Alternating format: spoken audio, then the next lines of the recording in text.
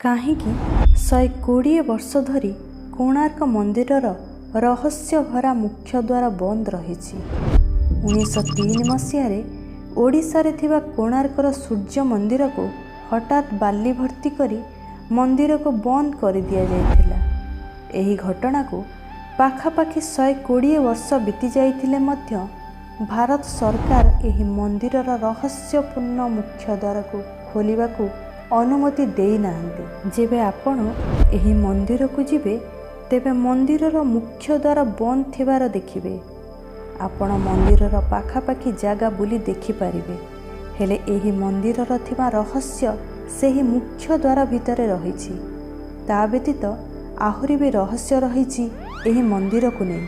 ଯେମିତିକି ଏହି ସୂର୍ଯ୍ୟ ମନ୍ଦିର ଅଧା ରହିଛି। ଏହା ଅଭିଶପ୍ତ ମନ୍ଦିର ଅଟେ। ଏହି ମନ୍ଦିରର କାରିଗର ଆତ୍ମହତ୍ୟା କରିଛନ୍ତି ଏବଂ ରାତ୍ରି ସମୟରେ ମନ୍ଦିରରୁ ଆସୁଥିବା ନାଚ ଗୀତର ଶବ୍ଦ। ଆହୁରି ବି ଏମିତି କିଛି ରହସ୍ୟ ରହିଛି ଯାହାକି ଭାରତ ସରକାର ସମସ୍ତଙ୍କଠୁ ଲୁଚାଇ ରଖିଛନ୍ତି। କୋଣାର୍କ ମନ୍ଦିର ଭଗବାନ ସୂର୍ଯ୍ୟଙ୍କୁ ସମର୍ପିତ। ଏହି ମନ୍ଦିରର ଭବ୍ୟତା ପାଇଁ ଏହାକୁ ଦେଶର ସବୁଠୁ ବଡ଼ 10ଟି ମନ୍ଦିର ମଧ୍ୟରେ ସ୍ଥାନ ଦିଆଯାଇଛି। ଓଡ଼ିଶାରେ ଥିବା ପୁରୀ ଜିଲ୍ଲାର ଜଗନ୍ନାଥ ମନ୍ଦିରଠାରୁ ପାଖାପାଖି 35 କିଲୋମିଟର ଦୂରତାରେ କୋଣାର୍କ ମନ୍ଦିର ଅବସ୍ଥିତ। ଏହି ମନ୍ଦିରର ଆକୃତି ଏକ ବିଶାଳ ରଥ ସଦୃଶ ତିଆରି କରାଯାଇଛି, ଯାହାର କି 12ଟି ବିଶାଳ ଚକ ରହିଛି ଏବଂ 7ଟି ବଳବାନ ଘୋଡ଼ା ଏହାକୁ ଟାଣିବାର ଅପୂର୍ବ ଦୃଶ୍ୟର ଶିଳାବିନ୍ୟାସ ହୋଇଛି। ଏହି ରଥରେ ସ୍ୱୟଂ ସୂର୍ଯ୍ୟଦେବ ବିରାଜମାନ ହେବାର ଦେଖାଯାଇଛି। ଏହି ମନ୍ଦିରରୁ ଆପଣ ସିଧା ସୂର୍ଯ୍ୟ ଭଗବାନଙ୍କୁ ଦର୍ଶନ କରିପାରିବେ। ମନ୍ଦିରରୁ ଶିଖର ଦେଇ ଆପଣ ଅସ୍ତ ସମୟର ସୂର୍ଯ୍ୟଙ୍କୁ ଦେଖିପାରିବେ। ଯେବେ ସୂର୍ଯ୍ୟ ଉଦୟ ହୁଅନ୍ତି ତେବେ ଏ ମନ୍ଦିରର ଦୃଶ୍ୟ ଅତ୍ୟନ୍ତ ରୋମାଞ୍ଚକ ଭରା। ଏମିତି ଲାଗେ ଯେମିତି ସୂର୍ଯ୍ୟଙ୍କ କିରଣ ପୁରା ମନ୍ଦିରରେ ଲାଲ ଏବଂ ନାରଙ୍ଗୀ ରଙ୍ଗ ବିଛେଇ ଦେଇଛି। ମନ୍ଦିରରେ ଲାଗିଥିବା 12ଟି ଚକ ବର୍ଷର 12ଟି ମାସ ଏବଂ ପ୍ରତିଟି ଚକ ଦିନର 8 ପ୍ରହରକୁ ଦର୍ଶାଇଥାଏ। ମନ୍ଦିରର କଳାକୃତି ଦେଖି ଯିଏ କେହି ବି ମୋହିତ ହେଇଯିବ। ଯେଉଁଠି ହାତୀ ସିଂହ ଦ୍ୱାରା ଆଘାତ ପାଉଥିବାର ଦେଖାଯାଇଛି, ଯାହାର ଅର୍ଥ ହେଉଛି ଧନ ଏବଂ ଗର୍ବର ଘାତକ କରାଯାଉଛି ଏବଂ ଜ୍ଞାନକୁ ସର୍ବଶ୍ରେଷ୍ଠ କୁହାଯାଇଛି। ଏହି ମନ୍ଦିର ବିଷୟରେ କୁହାଯାଏ କି ଶ୍ରୀକୃଷ୍ଣ ପୁତ୍ର ଶାମକୁ ଅଭିଶାପ ଦ୍ୱାରା କୁଷ୍ଠରୋଗ ହୋଇଥିଲା। ଅଭିଶାପରୁ ମୁକ୍ତ ପାଇଁ ତାଙ୍କୁ ଋଷି ଘଟକ ଭଗବାନ ସୂର୍ଯ୍ୟଙ୍କୁ ଉପାସନା କରିବାକୁ କହିଥିଲେ। ଶାମ ମିତ୍ରବନର କୋଣାର୍କରେ 12 ବର୍ଷ ତପସ୍ୟା କରି ସୂର୍ଯ୍ୟଙ୍କୁ ପ୍ରସନ୍ନ କରି ଶାମକୁ ରୋଗମୁକ୍ତ କରିଥିଲେ, କାରଣ ସୂର୍ଯ୍ୟଙ୍କୁ ସବୁ ରୋଗର ନାଶକ ବୋଲି ମନାଯାଏ। ଶାମ ଭଗବାନ ସୂର୍ଯ୍ୟଙ୍କ ମନ୍ଦିର ତିଆରି ପାଇଁ ନିଶ୍ଚୟ କଲେ। ରୋଗମୁକ୍ତ ପରେ ଚନ୍ଦ୍ରଭାଗା ନଦୀରେ ସ୍ନାନ ସମୟରେ ତାଙ୍କୁ ସୂର୍ଯ୍ୟଙ୍କ ମୂର୍ତ୍ତି ମିଳିଥିଲା, ଯାହାକି ବିଶ୍ୱକର୍ମା ସୂର୍ଯ୍ୟଦେବଙ୍କ ଶରୀରର ଅଂଶରୁ ତିଆରି କରିଥିଲେ। ଶାମ ମିତ୍ରବନରେ ଏକ ମନ୍ଦିରରେ ଏହାକୁ ସ୍ଥାପିତ କରିଥିଲେ ଏବଂ ସେବେଠୁ ଏହି ସ୍ଥାନ ପବିତ୍ର ବୋଲି ମନାଯାଏ। କୋଣାର୍କ ମନ୍ଦିରକୁ ଆଜି ବି ନୃତ୍ୟାଙ୍ଗନାମାନଙ୍କ ଆତ୍ମା ଆସିଥାନ୍ତି।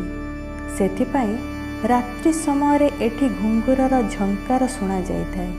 ଇଏ ସେଇମାନଙ୍କ ଘୁଙ୍ଗୁରର ଶବ୍ଦ ଯିଏକି କେବେ ରାଜାଙ୍କ ଦରବାରରେ ନୃତ୍ୟ କରୁଥିଲେ।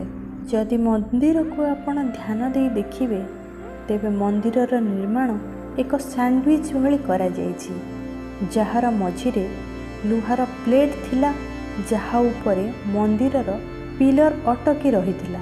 କୁହାଯାଏ କି ମନ୍ଦିର ଉପରେ 52 ଟନ୍ର ଚୁମ୍ବକ ରଖାଯାଇଥିଲା, ଯିଏକି ଏହି ପିଲରକୁ ସନ୍ତୁଳିତ କରି ରଖିଥିଲା ଏବଂ ଏଥିପାଇଁ ମନ୍ଦିର ଭିତରେ ଥିବା ସୂର୍ଯ୍ୟଙ୍କ ପ୍ରତିମୂର୍ତ୍ତି ପବନରେ ଭାସମାନ ଅବସ୍ଥାରେ ଥିଲା, ଯାହାକି ସମସ୍ତଙ୍କୁ ଆଶ୍ଚର୍ଯ୍ୟ କରୁଥିଲା। ଲୋକଙ୍କ କହିବା ଅନୁସାରେ ମନ୍ଦିର ଉପରେ ଲାଗିଥିବା ଚୁମ୍ବକ ପାଇଁ ସମୁଦ୍ରରେ ଯାଉଥିବା ଜାହାଜ, ଯାହାକି ଲୁହାରେ ତିଆରି ହୋଇଥାଏ, ସେହି ଚୁମ୍ବକର ମ୍ୟାଗ୍ନେଟିକ୍ ଫିଲ୍ଡ ପାଇଁ କ୍ଷତିଗ୍ରସ୍ତ ହେଉଥିଲା। ତେଣୁ ସେମାନଙ୍କର ଜାହାଜକୁ ସୁରକ୍ଷିତ ରଖିବା ପାଇଁ ବିଦେଶୀ ସେହି ଚୁମ୍ବକକୁ କାଢ଼ି ନେଇଯାଇଥିଲେ।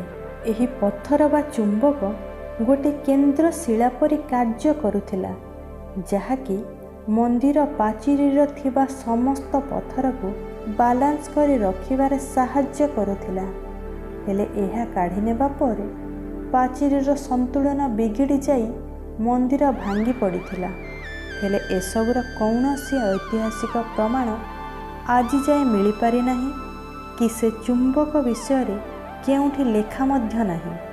1568 ମସିହାରେ ଓଡ଼ିଶାର ମୁସଲମାନମାନଙ୍କ ଆତଙ୍କ ବଢ଼ି ଯାଇଥିଲା ଏବଂ ମୁସଲମାନମାନେ ହିନ୍ଦୁ ମନ୍ଦିରକୁ ଧ୍ୱଂସ କରିବାକୁ ଲାଗିଲେ।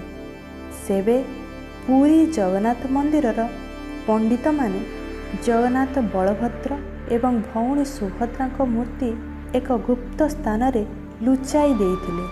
ସେହିଭଳି କୋଣାର୍କର ସୂର୍ଯ୍ୟଦେବଙ୍କ ପ୍ରଧାନ ମୂର୍ତ୍ତିକୁ ବର୍ଷ ବର୍ଷ ଧରି ବାଲିରେ ପୋତି ଦିଆଯାଇଥିଲା। ପରେ ଯେବେ ଏହି ମୂର୍ତ୍ତିକୁ ପୁରୀ ପଠାଗଲା, ଜଗନ୍ନାଥ ମନ୍ଦିରର ପ୍ରାଙ୍ଗଣରେ ଥିବା ଇନ୍ଦ୍ରଦେବଙ୍କ ମନ୍ଦିରରେ ଏହାକୁ ରଖାଯାଇଥିଲା। କିଛି ଲୋକଙ୍କ କହିବା ଅନୁସାରେ ଆଜି ବି ସେ ମୂର୍ତ୍ତି ଖୋଜାଯିବା ବାକି ଅଛି ଏବଂ ଆଉ କିଛିଙ୍କ ମତରେ ସୂର୍ଯ୍ୟଦେବଙ୍କ ପ୍ରକୃତ ମୂର୍ତ୍ତି ନୂଆଦିଲ୍ଲୀର ରାଷ୍ଟ୍ରୀୟ ସଂଗ୍ରହାଳୟରେ ରହିଛି।